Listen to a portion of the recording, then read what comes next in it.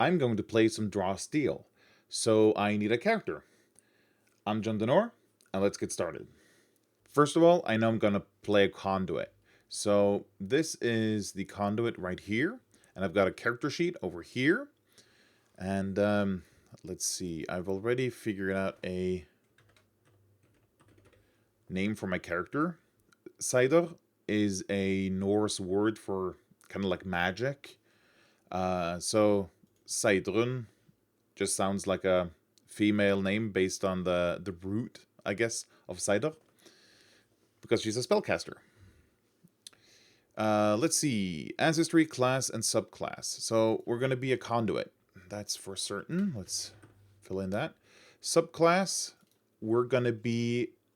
I initially thought of doing war and life, but I see that there are no gods that combine those two in the current packet. Now, I could ask to have like a god that just had those two, but I'm going to keep to these rules as closely as I can. And I think... I know that there's going to be another conduit. They're going to play a life and something else conduit. So maybe I should go war because I want the war domains feature. Maybe we'll hold on to hold off on the subclass for a little while and come back to it later. That also goes for the ancestry. I haven't figured out which one I'm going to be yet because the the main thing here is I'm going to play a conduit. So let's start out with filling out some of the characteristics. So we start with an intuition of 2 and a presence of 2. So let's fill in those first. Presence, that's going to be a 2. And intuition is also 2. There we go. You can choose one of the following arrays for your other characteristics scores. 2 and a -1, 1, 1 and a -1, or 1 and 2 zeros. So we know that we're going to play against a lot of war dogs, and we've been encouraged to look up the war dogs in the bestiary and create a strategy for fighting against them. So they have a certain ability, which is they have a trait that's called Loyalty Collar, which makes them explode when they die. On death, a War Dog's Loyalty Collar explodes, doing 1d4 weapon damage to all adjacent non-War Dog creatures, as their body explodes into shrapnel. We're going to have to take this into account when creating our heroes. So we want to stay away, so we're focusing on ranged abilities to prevent being too close when they explode and when they die. For the characteristic array, I think I want to take this one, 2 and 2 -1s, but I need to figure out which one of my characteristics is the best one to take. Which one of the characteristics is the best one to put the 2 in? And I think it will be agility. Already here, you can see that there's an agility resistance roll. So that tells me that that might be a good idea. Let's have a look in some of the others. Not too many resistance rolls so far. Nope, these are all just straight attacks. There's a might resistance. Intuition resistance, I already have pretty good intuition, so that's good. And that's it, it looks like. Okay. So there's one War Dog that has the might resistance roll.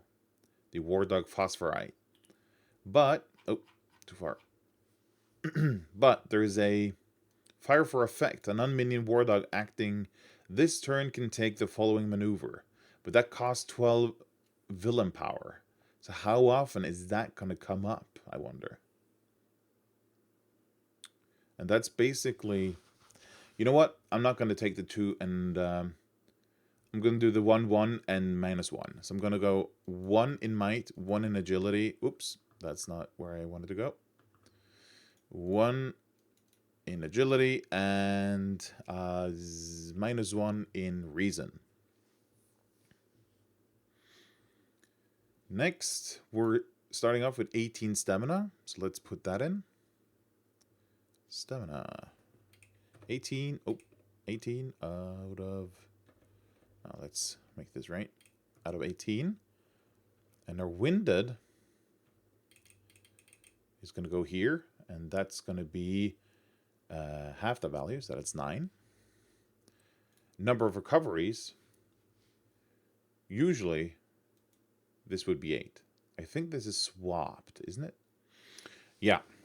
So the conduit stamina gained on higher levels and recoveries are swapped around. This should be 8 and this should be 12. So we're going to follow the intended values, and we're going to note that we have 12 recoveries, like so. And, well, okay. 12 of those. And the recovery value is going to be a third of our health, which is 6. Our max stamina, rather. And I also know from the instructions for the game we're going to play that we're going to start at half recovery. So we're going to put in 6 here, and let's put in, and we're going to start with 3 victories. So let's put 3 there. Now, let's see. Choose any 2 skills from the interpersonal or lore skills group. So we're just going to make a note of that for later.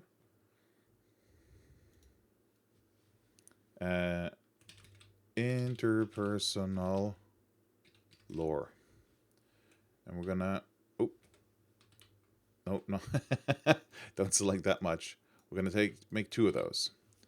So that's a reminder for later. We're gonna choose 2 of those. All right, moving on. This is just the advancement table. This is not interesting for us at the moment. Level 1 first level features.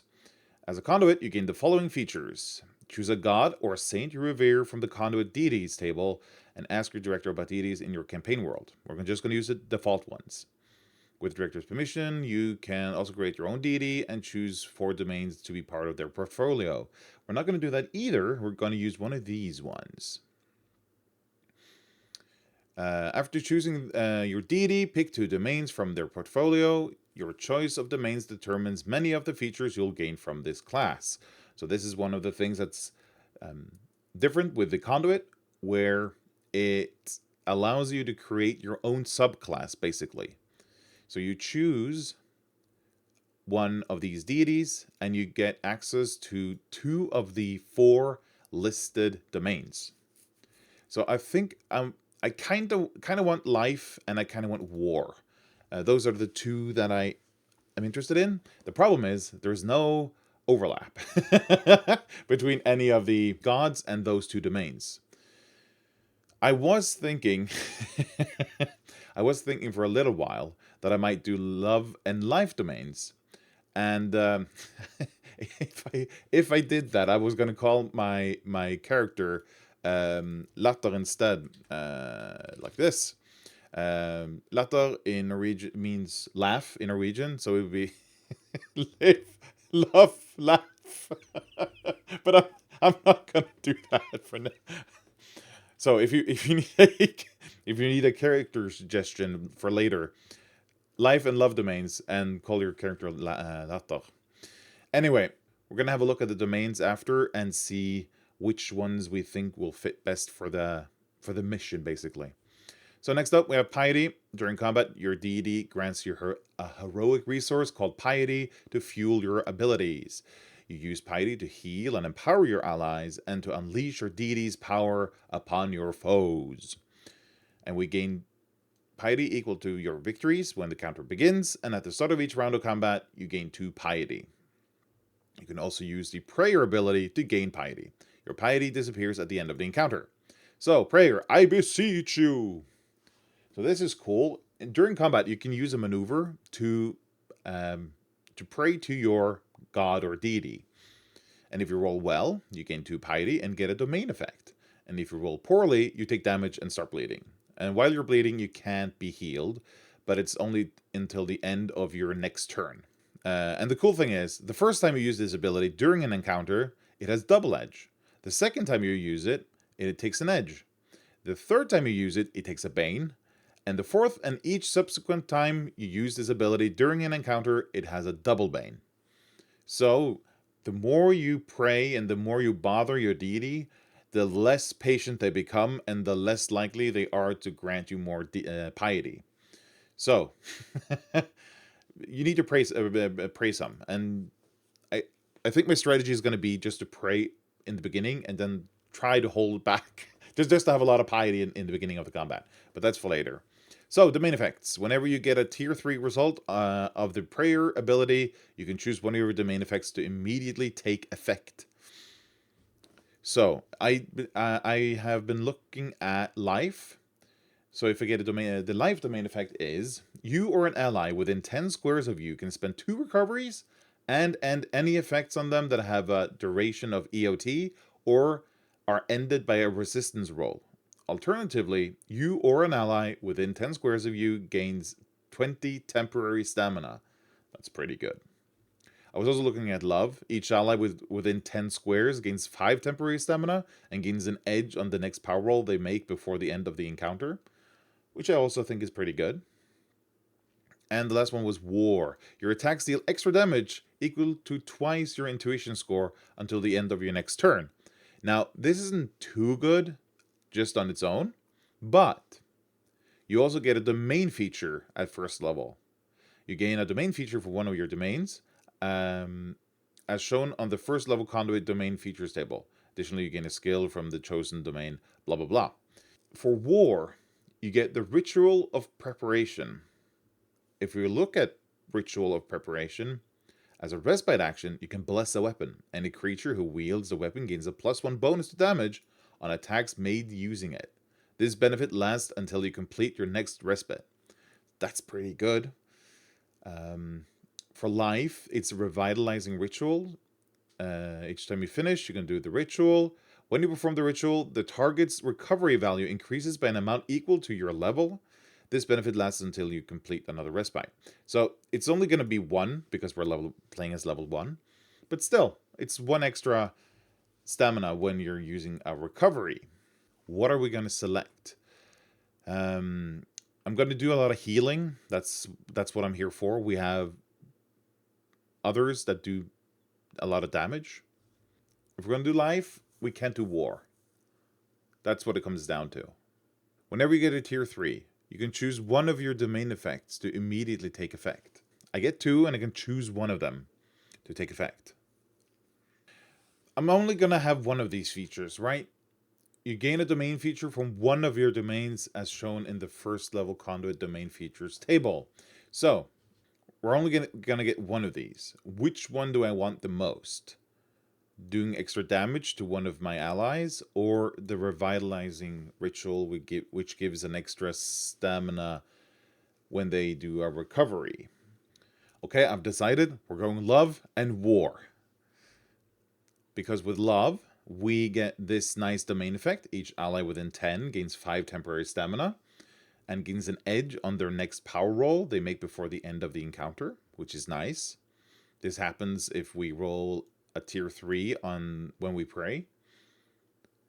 And for the domain feature, we're going to select the Ritual of Preparation, which grants any creature who wields a weapon we bless a +1 bonus to damage on attacks made using it.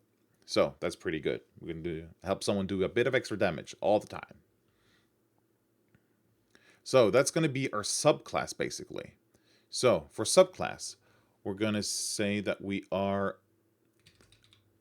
a love and war conduit, which is a nice duality. Now I want my name to be some kind of pun on everything or something, because everything's allowed in love and war. Anyway, we're not going to figure out our ancestry just yet. That's the domain effect and domain feature. Figure it out.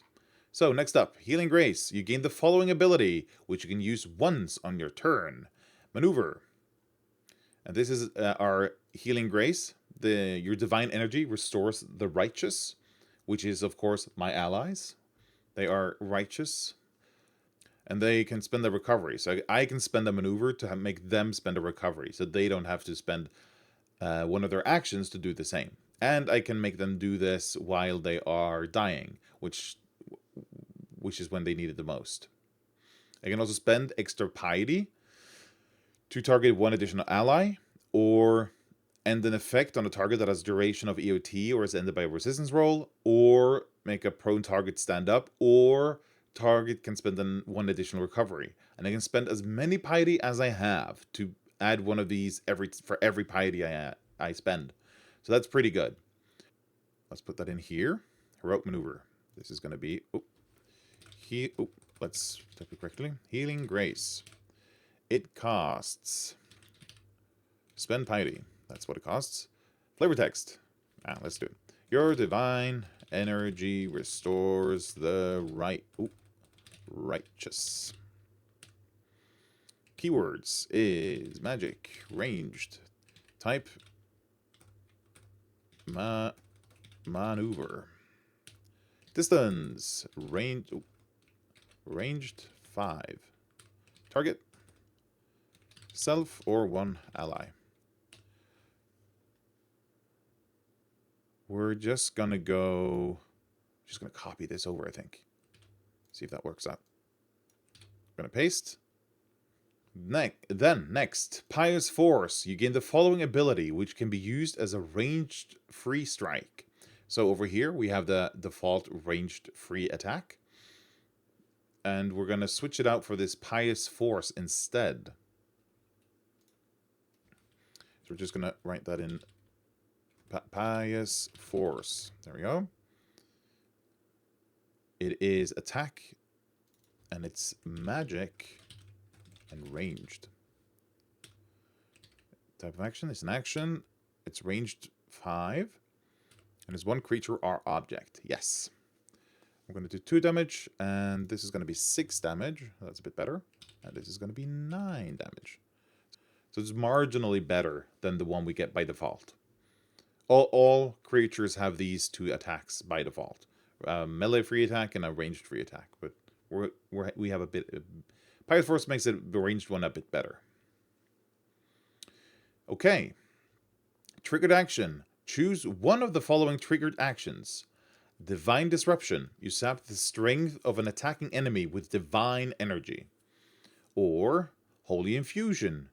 You invigorate an attacking ally with divine energy.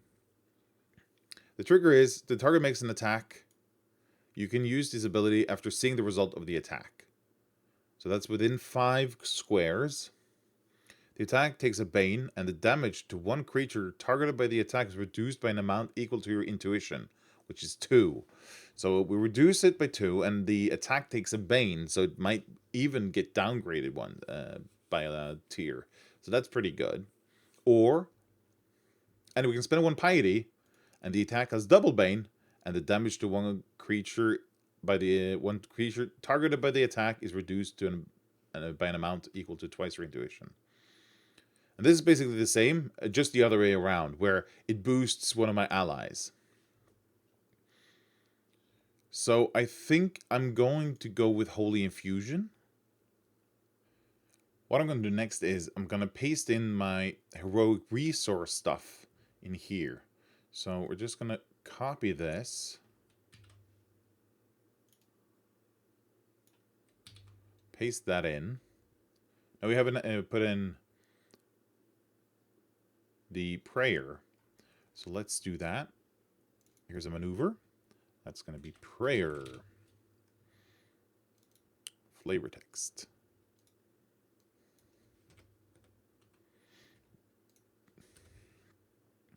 I beseech you.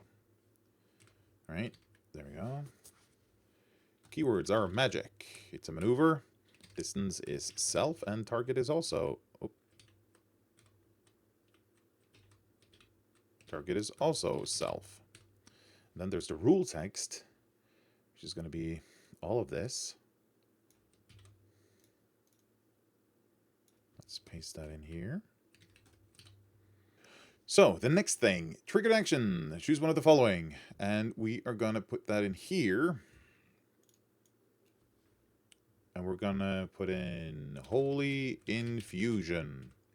That's gonna be you invigorate an attacking ally with divine energy. There we go.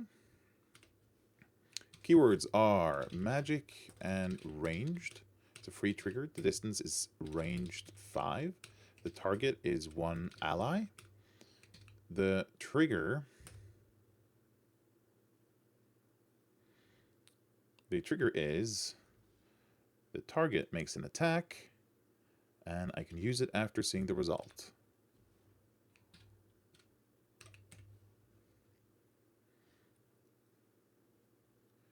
This just has an effect, and oh. Conduit abilities. Your training and faith let you specialize in magic that buffs your allies, debuffs your foes, and lets you hold your own in combat, even while aiding your friends. Signature ability. Select one signature ability from the options below. Signature abilities can be used at will. We've got four to choose from. So basically, let's just look at how these are going to work. So we got ranged, we got a cube within 5, a ranged, and a ranged. So we're going to do ranged damage. That's for certain. That's good. So we're going to either do a bit damage and pull the same amount of damage, but I can teleport an ally in the area and yourself if you're in the area to an unoccupied space within the area. All right? That doesn't really feel like that's useful, and I think my colleague in God Bothering is going to have Lightfall, so I don't need that myself. Sacrificial Offer, the divine, let's see, 2 corruption let's see, what does it do? A bit of corruption damage.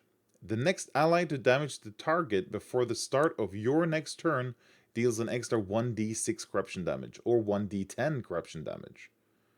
That's pretty good. Wither. Ranged.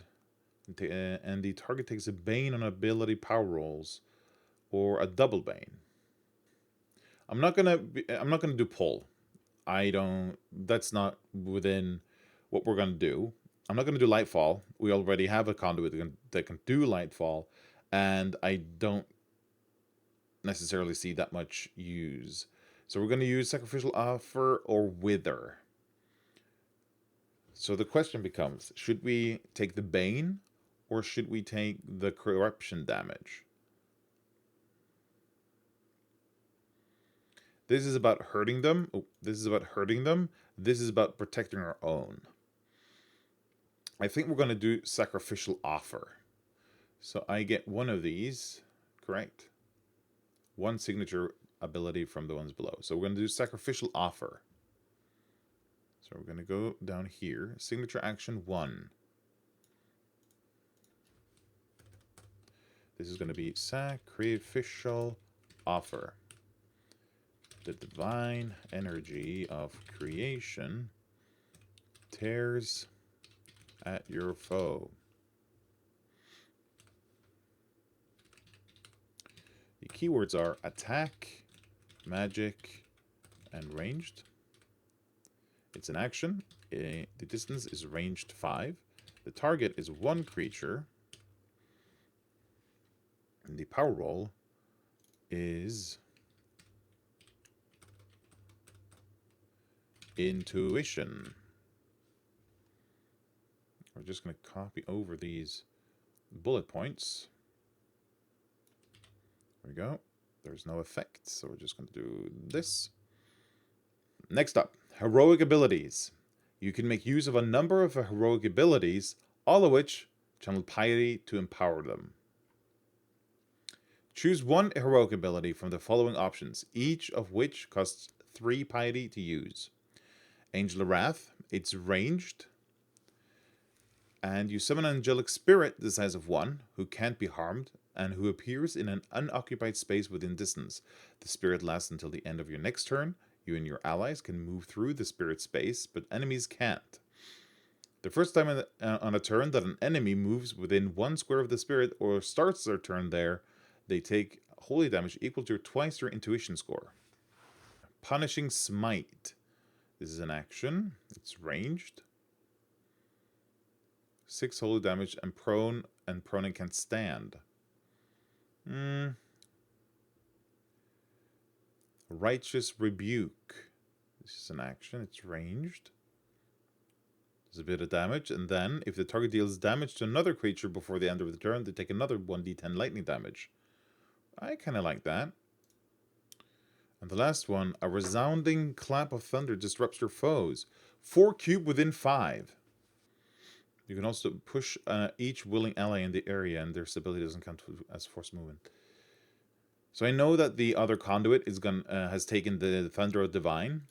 So I think I'm going to do Righteous Rebuke. Just do a lot of damage, and if they try to do something else, they'll take even more damage. So, for our heroic action, we're going to go Righteous Rebuke. It costs 3 piety. Divine Wrath strikes your foe with lightning that follows them across the battlefield. Keywords are attack, magic, ranged. It's an action. The distance is ranged 5. The target is 1 creature. The power roll is for intuition. And this is 6 lightning. 6 lightning. 8 lightning. And then 13 lightning. There we go. And there is an effect. We're just gonna copy that effect.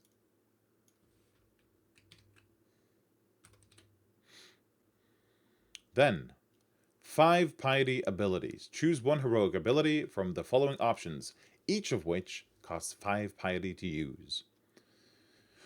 So this is a ranged 5. 3 allies get 10, 20, 15 or 20 temporary stamina at the end of the encounter. Ooh, that's pretty nice. This is a ranged 5. 1 creature or object. Corruption damage. And extra corruption damage. Yep, basically. And this one is for the end of the encounter. Wow. That's pretty good. And then there's Terrifying Smite. It's 1 creature, ranged 5. Holy damage and frightened. And last, Wave of Virtue. It's a burst 5. That's probably not going to be relevant for me, but okay. Each target can spend 1 or 2 recoveries. Oh, wait. And all allies. 1 or 2 recoveries and end 1 effect that has duration EOT or is ended by a resistance roll. That's pretty nice because I want to be the dedicated healer.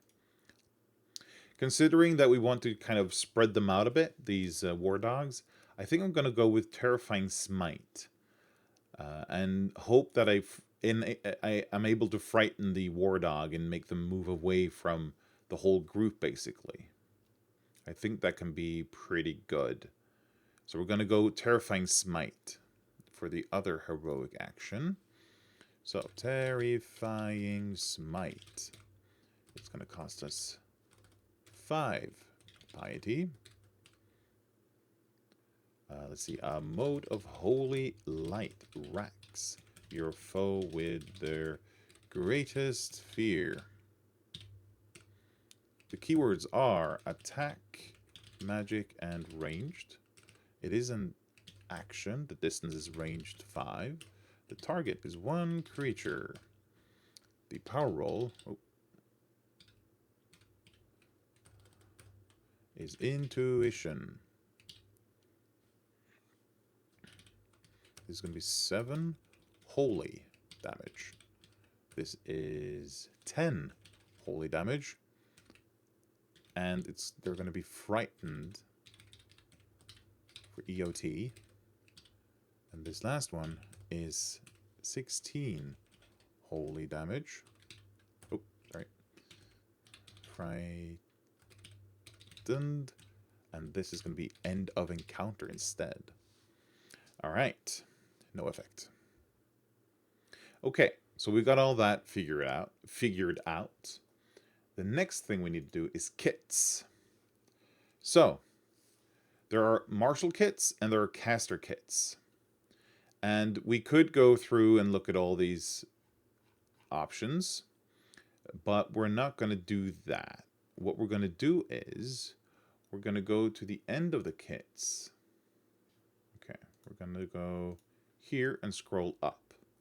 Now, here's a list of all the martial kits and what they do. Now, I think what we want is basically we want a bonus to ranged. I think we want distance bonuses. And we're not really going to get that. Well, we're going to get some of that here. Weapon distance. No.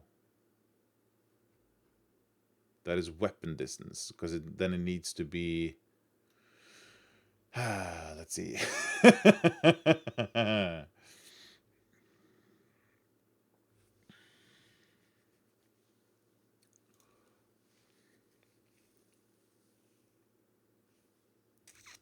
If you have a martial kit, its distance bonus increases the distance of your abilities with the ranged and weapon keywords. If you have a caster kit, its distance bonus increases the distance of your magic and ranged. Right, so all my abilities have magic and ranged, which means I need a caster kit to further the distance of my attacks. And I think that's what I'm going to go with.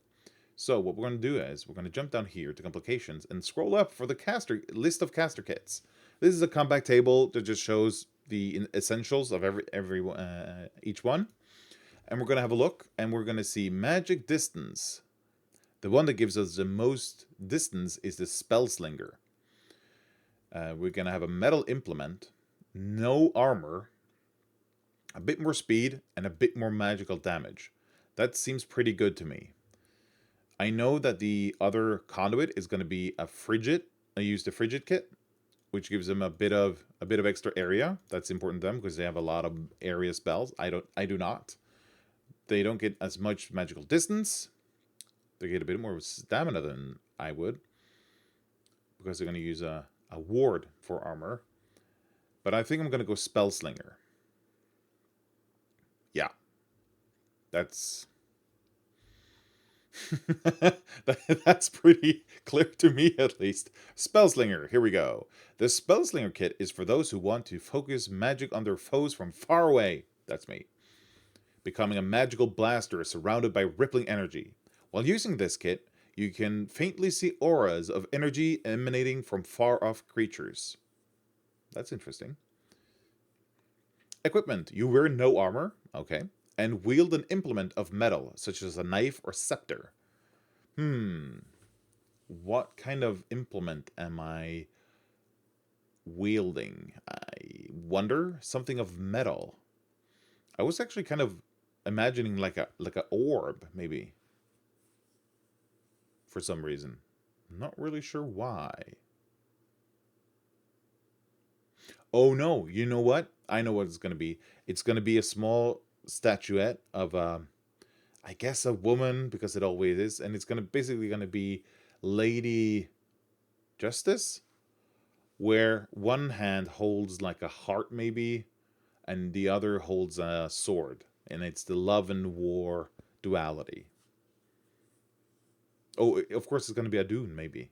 Yeah, so it's going to be a small statuette at least, in made of metal, some kind of metal. Kit bonuses. Speed bonus +1. So, our speed by default is 5, but we're going to bump it to 6 because we get a speed bonus. Magical damage bonus +1, +1, +1. So all of our magical attacks will do 1 extra damage, and they will all have +10 to their distance. And I get this. Split beam. 2 beams of supernatural force lands out at your command. It's ranged 15. This is already including this plus 10 bonus. It targets 2 creatures or objects, and it does 3, 5, and 6 damage. This is a signature ability, as it says right here, so it's not too strong, but I can use it all the time. We're going to add that into here somewhere. Where is it? Signature action 2. Here we go. So this is going to be Split Beam. The 2 beams of supernatural force lands out at your command. The keywords are attack, magic, and ranged. It is an action. The distance is going to be ranged 15, and the type, the target is going to be 2 creatures or objects. That's not how you write objects. That is how you do it. The attribute is going to be intuition, and it's going to do 3, 5, or 6 damage. It has no effect. Then next, we're going to note this kit ward, invigorating ward. So I surround myself with crackling energy. Whenever you take damage, you gain a bonus to damage equal to your highest characteristic score, which you apply to the next damage-dealing magic ability you use before the end of the encounter. This benefit is cumulative, so that you can accrue bonus damage multiple times, then expend it all on one use of an ability. That's pretty good. So we're going to copy this over instead of this text. Paste here. The next thing to do is to update all the ranged magic abilities and add 10 distance to their range. And we also need to update all the abilities that are magic and do damage to add 1 extra damage to everything. So this trigger action is not needed. Let's remove that. There we go. Holy Infusion is magic and ranged, so we need to make that 15. Make this a bit smaller. This is magic and ranged, so the range will now be 15. This is magic and ranged. This is already 15, so that's fine. Healing Grace, it's magic and ranged, so we need to add 10 to that one. Righteous Rebuke is magic and ranged, and we need to add 10 to that one. And this is also magic and ranged, so we're gonna do that. This is attack weapon, and this is magic and ranged, so this also gets the extra range. There we go. We also need to add the damage. This doesn't do any damage. This does not do any damage. This does. So this becomes 3. Oop. This becomes 3. This becomes 7. Oop. That's 7. This becomes 10. Ah, come on. This becomes 4. This is 6. And this is 7. And here we do some more damage. 7, 9, 14. Down here, 8, 11, 17.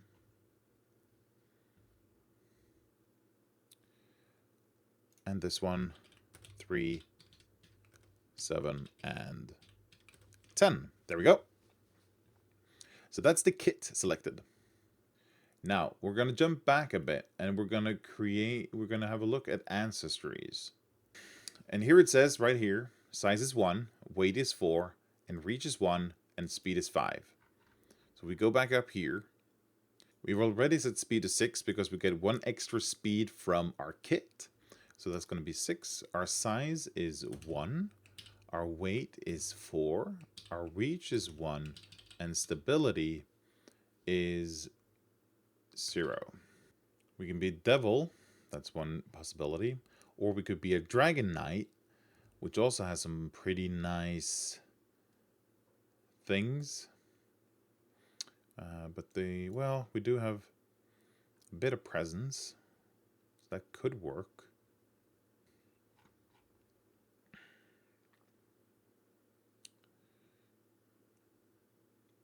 Get a bit of extra stamina if we're a dwarf. I'm not going to play an elf. I don't really find those fascinating. The Hakan. The Memenek. Memenek benefits.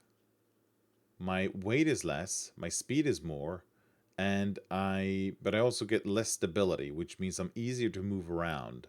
I don't think that's something I want. Maybe a polder.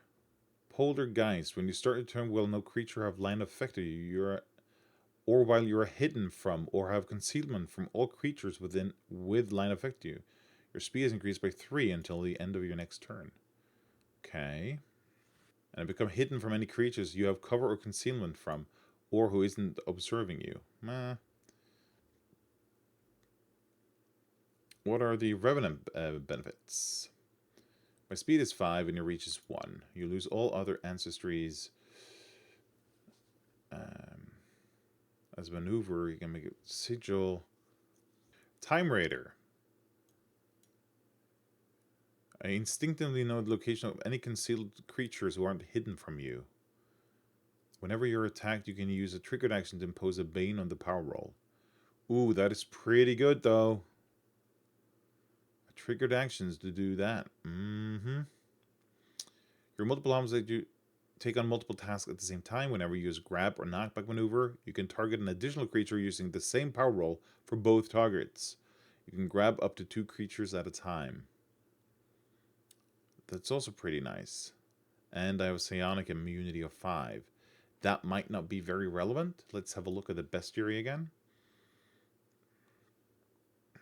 Fire damage. Damage. Here's a bit of fire damage. Some psychic damage. That's not the same. Damage.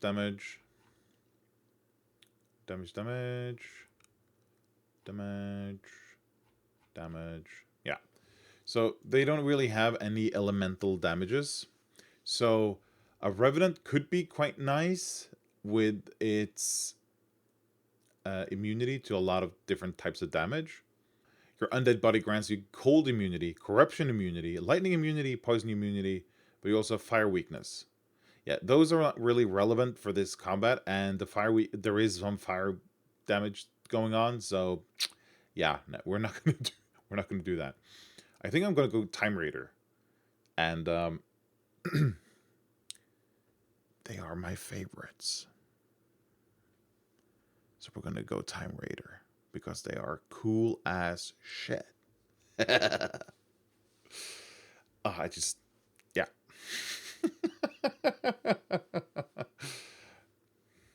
Ancestry. We are a fucking Time Raider. I mean, we are a expletive Time Raider. Time Raider. Time Raider Conduit. Such a bizarre concept. It's almost. it's. it's a paradox. It's antithetical to itself, I guess, because Time Raiders are rebels. They no masters, except when they're conduits. Well, they might not be master. Well, they are kind of a master. This is weird. This is a very confused conduit, I guess. Passive benefit. We've got foresight. Foresight. So we're going to paste this in. Additionally, whenever you're attacked, triggered action to impose a bane. I might actually just add that as a triggered action further up just to remember it.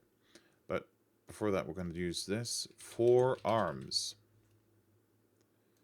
So I have the power of being blessed with multiple arms. Multiple pairs of arms, basically. So whenever I use knockback or grab, I can do it to 2 creatures. That's nice if I get surrounded or something. And I also have a psionic gift. Because we were created.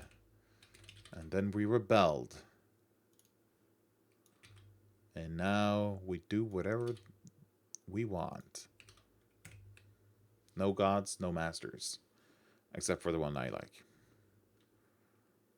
They made me a good deal. That's why I'm a I'm a conduit. You want some of this power? Yes. Yes, I do. And now I'm a conduit for some reason. I just can't get past that. That's so. I just cracks me up. uh, okay, here we go. We're adding in a triggered action. We're just gonna wing this. So let's just call it foresight. And yeah, let's just go with your senses extend past mundane obscuration and the veil of the future. I like. Dot. Keywords. Blah. Yeah, this one doesn't really have any keywords. It's triggered though, and the distance is reach. The target is. The distance is any actually. Target is one power roll. Trigger. Whenever you're attacked.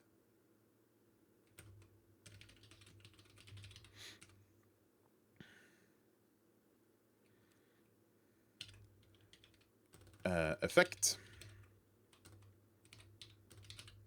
Effect. Impose a bane on the power roll. That's the ancestry. Good. All right. Next up, we got cultures. The culture you choose or create grants you the following benefits. You know the language of your culture, in addition to Kalian. From the environment, organization, and upbringing aspects of your culture, you gain access to skills. You can select one skill from each aspect's list of options. See skills for details. You gain an edge on tests to recall lore about your culture, and on tests to influence and interact with people of your culture. So, languages. I think these are listed here somewhere. Oh, we forgot to fill in the kit name thing. Kit name. Spell Slinger. And we get... we get +1 to speed. And we get +10 to distance.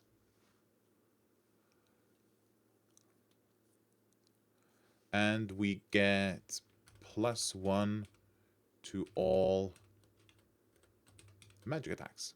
There we go. Now, languages.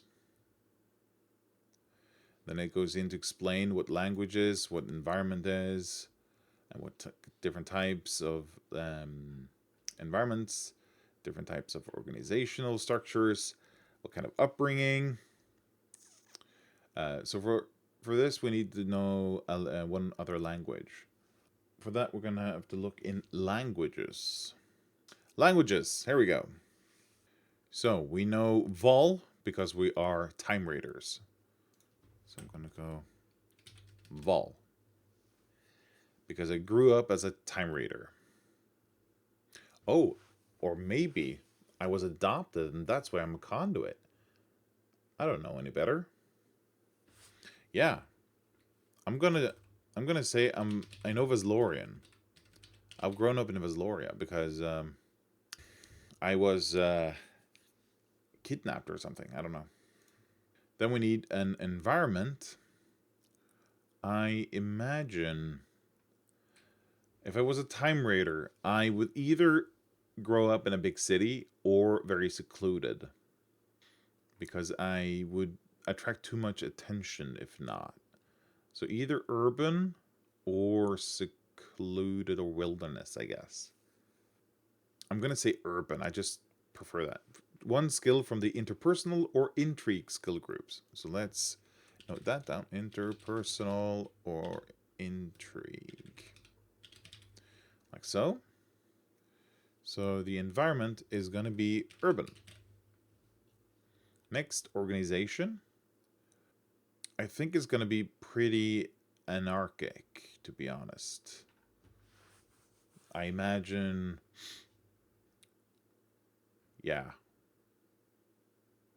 people mostly rely on themselves, and we only come together when we need to.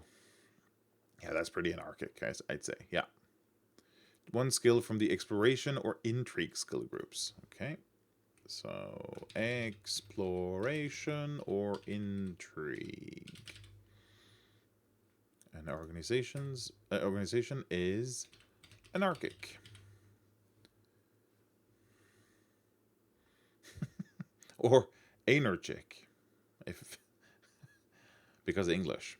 Upbringing: academic, creative, illegal, labor, martial, or noble. Either illegal or martial. Raised by warriors, that means maybe established army, band master, guild of monster slaying adventurers, or any other folks lives by resolve whose lives revolve around combat. Always ready for a fight and they know how to finish that fight. I think I'm gonna go with illegal. I can just imagine that being more true to the character. So we're gonna go illegal for upbringing, and skills is gonna be one skill from intrigue. Intrigue. Yeah. Next, career. Let's see. Here are the careers. We're getting maybe a few skills, maybe a language, maybe some renown, project points, career title. These are still to come. Inciting incident, which is what made me become a hero. I'm not an artisan. I might be a criminal, not a gladiator, not a laborer, not a mage's apprentice. Performer, sage, soldier. Maybe it could be a performer. Singing, act, and dance well. No, no, no. No, no, not performer. I imagine that, like, growing up in like an illegal with an illegal upbringing, I might be like the distraction for when the other people in my team pickpocket all the distracted people. But no, that's not me. I'm a criminal. Okay. I just got this vivid image of this character in their younger life, and as long as they grow up in Vesloria, this is kind of what I immediately imagined. You once worked as a bandit, insurgent, smuggler, outlaw, or even an assassin. In defining your career, you think about the following questions.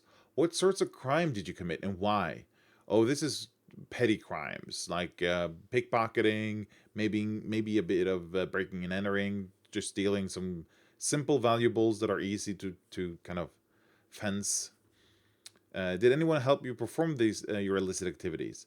Yeah, we'd probably be like a small band of misfits that just kind of banded together. Um, I imagine that I was found pretty young, and some older character took care of me. It might be a grown up. It might just be like an older kid, and we kind of stuck together for some time. And whenever we wanted to do bigger things, we would get together with some of the other kids who slept rough, and we'd like organize like a breaking and entering to some kind of mansion, or um, um, maybe like a merchant's house or something, and get at the good stuff. What's one crime you botched? Ooh, interesting. What went wrong? Immediately, breaking and entering, we get in, we've received a tip that there's going to be a lot of valuables in a safe, a lot of money, I think, in a safe. Money are easy. You don't have to sell money. You can just use it. So there's going to be a lot of money there. Oh, I received the tip. I recruited the crew, and we go in, and it turns out the tip was bad, and we got ambushed. I imagine most of us got away. No. Some of us were caught, I think. Yeah. Some people never forgave me. Yeah. Who was your nemesis while you were a criminal? Ooh, nemesis. Yeah. There's some kind of bully that has always bullied me since I was little because I was different. I was weird. I had four arms. I had this crystalline eyes that looked like nothing else. It looked weird. And they never liked me because I was different. And all throughout my childhood, they bullied me. And at some point, I got them back. I don't necessarily think it was through violence. It might just have been one upping them in some kind of scheme or plan or something. And yeah, we never liked each other. Anyway, you gained the following career benefits: the criminal underworld skill, plus 2 skills from the intrigue skill group. Okay, so there's going to go 2 intrigues. Intrigue, intrigue, and also criminal underworld. There we go. I'm going to get 1 additional language. We're going to have to look that up. Just right there. Language. 50 project points. I don't really... Oh, career. Criminal. Title, Lucky Dog. When you fail a test using any skill from the Intrigue skill group, you can roll a d6. You lose stamina equal to the roll and improve the result of your test by 1 tier. You can make this roll only once per test. Interesting. Title, Lucky Dog. I'm going to copy this text right here. Into here. And that's it for Seidrun. They are a Time Raider conduit of love and war. Oh shit! We need to pick the language. So we need another language, and because we're a criminal, oh, we know what do polders speak. Oh, they probably just speak human languages, don't they? You know what? I'm gonna say that they know Zech. Yeah, because for some reason they use that as the language of the criminal underworld. So that's why I know Zech. Then we need skills. Okay, we need interpersonal lore, intrigue, and exploration. Okay, exploration. We have only one option for exploration, so let's have a look at those first. Climb, drive, endurance, gymnastics, heal. Use mundane first aid. Nah. Jump, lift, pick up, carry, throw heavy objects. Navigate, ride, swim. Yeah, I don't really see a use for... Well, climb maybe, because I know that we're going to play in some kind of vertical thing. You know what? I'm just going to take climb. That might be useful, because I know we're going to be in some kind of tower or raised structure. So that's pretty good. Okay. Interpersonal lore and intrigue. Yeah. Okay. Interpersonal skills. Brag, empathize, flirt, gamble, handle animals, interrogate, intimidate, lead, lie, music, perform, persuade, and read person. And intrigue, alertness, conceal object, disguise, eavesdrop, escape artist, hide, pick, lock, pickpocket, sabotage, search, sneak, or track. There were a few things regarding hiding that I looked at, but that was mainly the polder, I think.